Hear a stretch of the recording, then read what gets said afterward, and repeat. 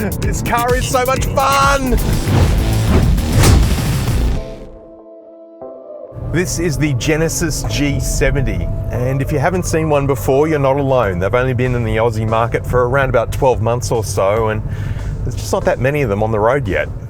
Genesis is the luxury division of Hyundai, and this car specifically is meant to take on the BMW 3 Series and Mercedes C-Class. And in fact, if you look closely, you can see little bits of those cars dotted around the design.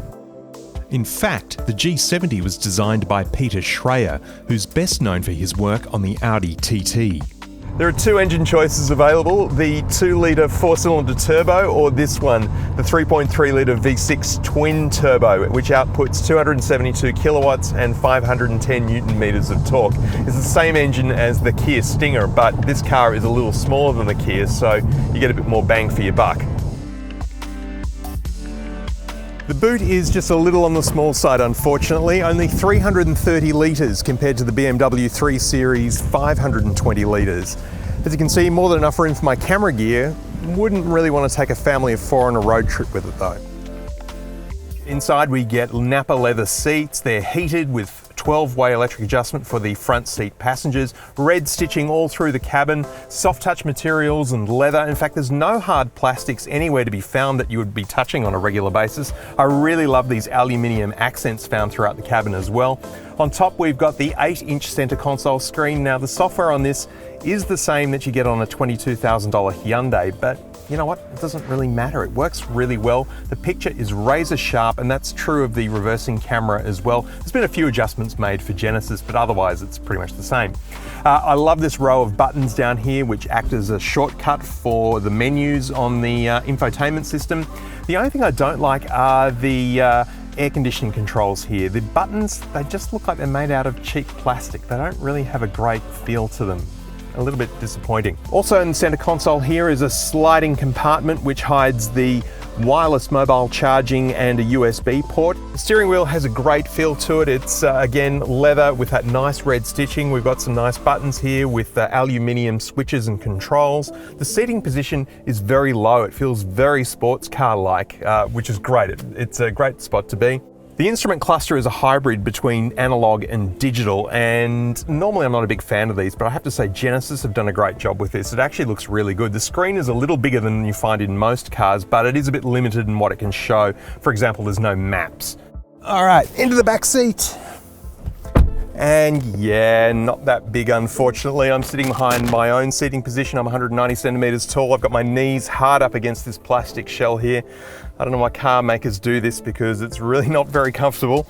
A couple of air vents back here. There's a USB charger, more nice aluminium accents on the door, some leather as well. Headroom, yeah, not so great.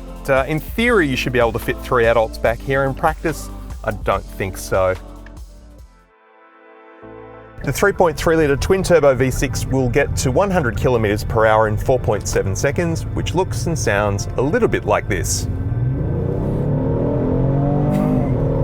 It's a feeling similar to that of a passenger jet taking off at full power.